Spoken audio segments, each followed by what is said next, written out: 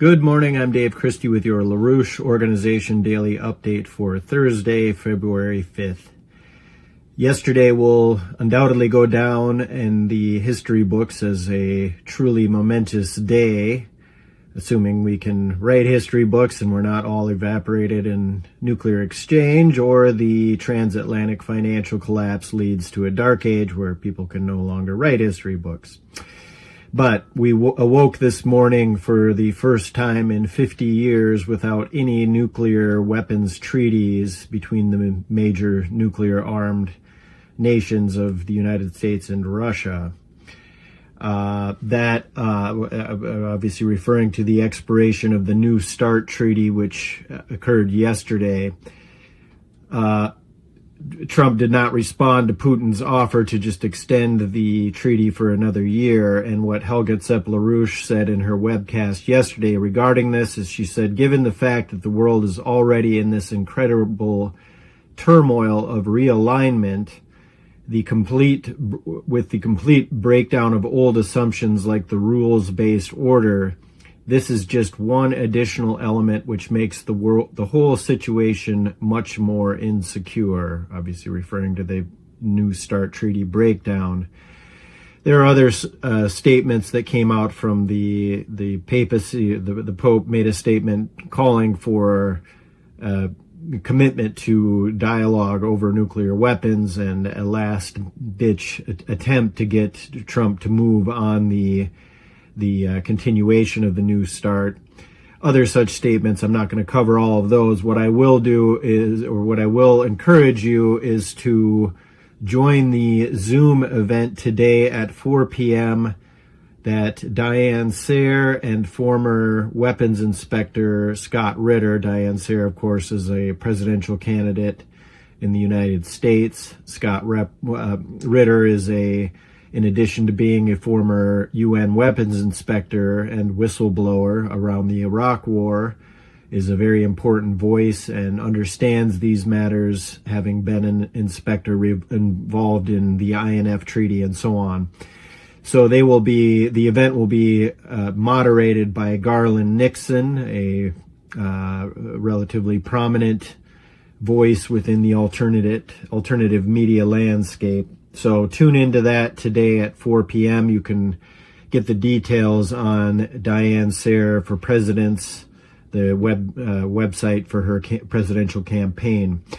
Now, otherwise, yesterday we had a teleconference between Xi Jinping and Vladimir Putin, obviously the presidents of Russia and China, and they reaffirmed the Russia-China relationship as a bulwark of stability in the present global turbulence for both the present, but also outlined the importance of the Russia-China relationship for the future of the polyphonic world order that is now shaping up with the various multilateral organizations such as the BRICS, the Shanghai Cooperation Organization, and their cooperation in other venues, the G20 and so on and so forth.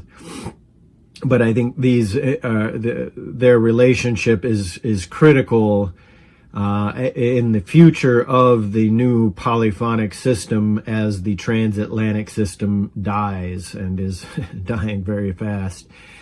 Now, soon after the Xi Jinping-Vladimir Putin call, there was a call between President Trump and President Xi of China.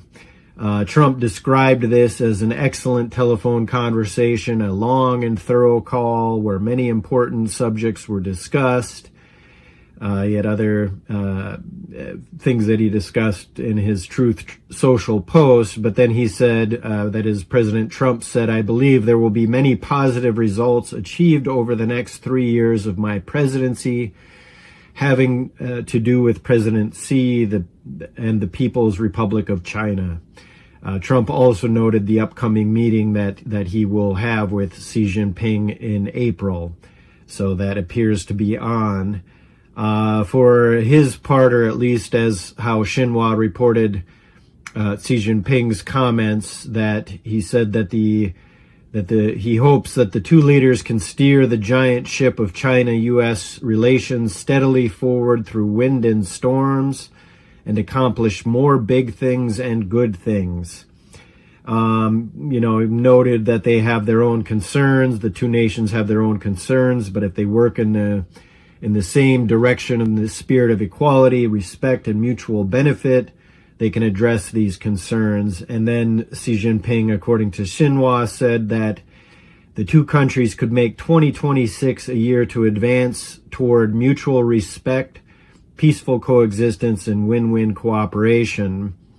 Xi, of course, also stressed the Taiwan issue and said that Trump told the Chinese president that he understands how China feels about Taiwan. So not exactly a ringing endorsement of the one China policy regarding Taiwan. But anyway, those are what occurred. The important part is that the phone call, or the whatever the venue was, the call between the two nations and leaders of the two nations did occur, which is important in this present turbulent phase of geopolitical relations. All right, now, obviously, those two phone calls between Xi and Putin, Xi and Trump, occur in the middle of the potentials to resolve some of the key hot spots in the geopolitical conflict. So yesterday we did have the second round of the latest phase of negotiations in Abu Dhabi regarding the Ukraine conflict. I'm not going to detail many of the reports that are coming out of what was said and discussed in the meetings. It is worthwhile to note that Dan Driscoll did accompany Steve Witkoff. And initially it was described, the meeting in Abu Dhabi was just to be a bilateral negotiation on certain technical aspects between Russia and Ukraine. But apparently the U.S. was brought in with again, Dan Driscoll accompanying Steve Witkoff. Driscoll is the Secretary of Army and had previously brought to meetings with the Ukrainians the hardline realities of what is actually occurring on the ground in Ukraine, noting that they are losing badly. So that's important that Driscoll was there, or relevant that Driscoll was there. Now, the other part of not going into too many of the details is that there are indeed attempts to sabotage these discussions, and that was noted by Kirill Dmitriev, who was speaking to reporters. He did note that there's active work to restore Russia-U.S. relations in the economic sphere. He said there's a designated group, but the meeting's going positively. But as far as the British-directed forces of NATO, my terms on that, he said that the warmongers from Europe, Britain, are constantly trying to hinder this process, constantly trying to interfere in it. And the more such attempts occur, the more we see that there is certainly progress and good positive movement forward. In other words, that there is a potential for some resolution surrounding the Ukraine crisis, but that this is why the British forces of NATO are attempting to sabotage it. Now, on the other geopolitical crisis point, of course, Iran, we had jitters yesterday surrounding the Axios report that came out that the meeting scheduled tomorrow in Oman, that is between Araghchi and Steve Witkoff, Araghchi, the foreign minister of Iran, Witkoff, Trump's special envoy regarding many portfolios, but certainly the situation with Iran. The Axios report had initially said that these were called off by Iran, saying that the Iranians were miffed that the supposed discussions around Iran's nuclear weapons program had been expanded to take up the Iranian ballistic missile program, as well as their support for what they would describe as friends in the region, Hezbollah, the Houthis, so on and so forth, described as proxies by the West. This would certainly be in line with what Netanyahu said, that, we're not going to have any resolution of this unless it's all encompassed in a package, whereas it appears that the Trump administration is on track to just limit it to the nuclear weapons side. They, of course, said that the last time, and then the Israelis began the bombing, and soon the U.S. joined in, and questions abound whether Trump was just playing a deception game or whether the Israelis were sabotaging it. Obviously, we don't know the truth on those. I will just note, just ask the question whether the Axios report was a sabotage attempt, whether by the former Politico staff that runs Axios, or whether this was the sources trying to sabotage this, or whether it's just mixed signals in a very fluid situation. What we do know is, of course, that there are attempts to sabotage these talks. I noted yesterday in the discussion that the Israelis have put out their hard line, that is the Netanyahu clique. And, there are reports that the Israelis have threatened the so-called Samson option, that if they don't get their way, they may just go it alone with nuclear weapons. These are all just rumors at this point. What we do know is that if Iran does respond with the full force of their capabilities with their ballistic missiles, that Israel will be put into an existential crisis, and certainly the question of response with nuclear weapons is real. So this is the kind of stakes we're dealing with, and of course, if nuclear weapons are unleashed, all bets are off in terms of what the regional and global response would be. Now, on that, Sergei Lavrov, in an interview that he did with RT's Rick Sanchez that will be released in full later today, what he did say is that the Iran escalation could blow up the entire Middle East. He said, Iran is our close partner and neighbor. We care about how the situation develops,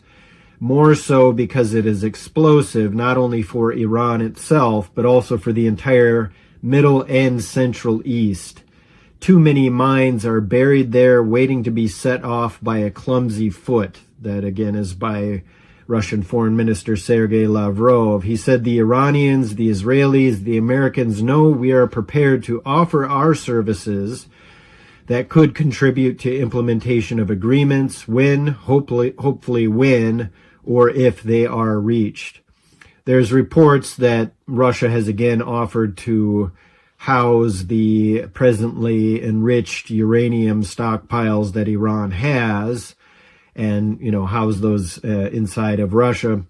We'll see how some of this develops. But I want to finish with another point that Sergei Lavrov made in his interview with Rick Sanchez. And this is related to the Epstein case, where Sanchez asked him whether the overlap of the individuals involved, who many of them have overlap with the escalation inside of Ukraine, and, how this is related to the so-called deep state and so on. And what Lavrov responded with is, he said, what we call the deep state, also known as the hidden funds or closed groups, they are said to be able to decide the fates of the world. Well, I don't quite believe in that, because people who are elected presidents or prime ministers, they have enough leverage to pursue their own course. And if they all pursue a course that is all about deceiving, that is all about being unable to feel shame or to blush openly lying to their partners, well, that's a fact. There are plenty of such people there, and right now I think this mentality is showing very visibly on the European arena, and they haven't been making any conclusions, obviously. They haven't taken any lessons. So that's what Lavrov characterized as the deep state. And I want to just cite one aspect of this, what he called the hidden funds. Now, as you know, if you've read Harley Schlanger's work, I found an Executive Intelligence Review on Epstein's role, not in the salacious side of the honeypot and the abuse of children and all of this, which is definitely headlining this, but what Harley hones in is Epstein's role as a coordinator of the City of London and Wall Street's boom-bust cycle. That is the booms of the savings and loan, the savings and loan crisis morphing into the dot-com bubble buildup, and the collapse of that morphing into the housing bubble collapse, morphing into the AI bubble, so on and so forth. That at every step, the insiders club that Epstein was courting makes a lot of money while the rest of us get fleeced. And so there's that side of it. But then there's the other, the hidden funds aspect, which was Epstein's role and his father-in-law, or so-called, of Maxwell, being involved in the Iran-Contra, operation, where there was the hidden funds created to fund covert operations that we saw throughout the region, which was part of the proxy war against the Soviet Union, using, Osama bin Laden and the Mujahideen, as it was called, in Afghanistan. But then later, this same crowd was involved in the Al-Yamama affair, the BAE weapons for oil slush fund that was used to coordinate similar covert operations, using Osama bin Laden networks for the Chechen war later on.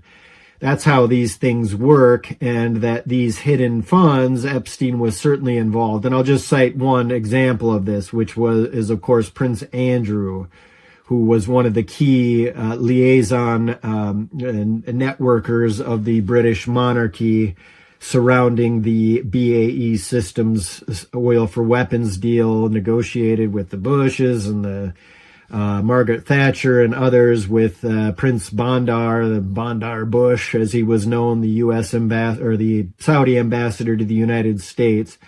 But it's these hidden funds that certainly one has to ask if it's these exact same networks involved in Ukraine. And of course, we do have Epstein's note to Ariane de Rothschild of the famous Rothschild family, where Epstein was referencing the Ukraine Maidan operation in 2014, where in the middle of these protests, he sends an email to Miss de Rothschild stating that the Ukraine upheaval should provide many opportunities, many. And in response to this, Kirill Dmitriev said that this Satanist cabal saw and benefited from many opportunities, many, following a coup in Ukraine that led to the Ukrainian conflict. But let me return to the other point that Lavrov made in discussing these hidden funds, where he said, look, people are elected. They could do the right thing, and they do have the power to do the right thing. In effect, it's the quote, we are many, they are few, that is the actual political reality. And I think coming back to it, to this point, that what Helga Zepp-LaRouche said in her webcast yesterday is that what we need is a citizens movement, that we're on a complete powder keg.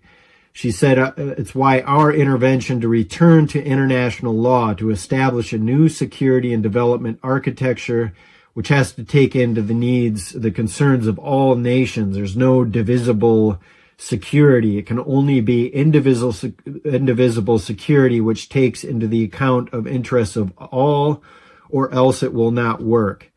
And what she says is that we have to have a movement of people who are patriots, but who are world citizens at the same time. And she goes on to cite the poet Friedrich Schiller, who of course is Helga Zepp-LaRouche heads the Schiller Institute, named after Friedrich Schiller. And Schiller's point that you can be a world citizen and a patriot as long as you put the interests of humanity as a whole in cohesion with your natural interests, that at that point there's no contradiction. That's how Helga Zepp-LaRouche summed it up. So join the International Peace Coalition tomorrow. Join today the discussion with Helga Zepp-LaRouche, and I believe that Harley Schlanger will be doing his question and answer tomorrow. Send your questions in to Harley either way at harleysch@gmail.com. and he'll at least know how you're thinking on things and perhaps take some of that up. So otherwise,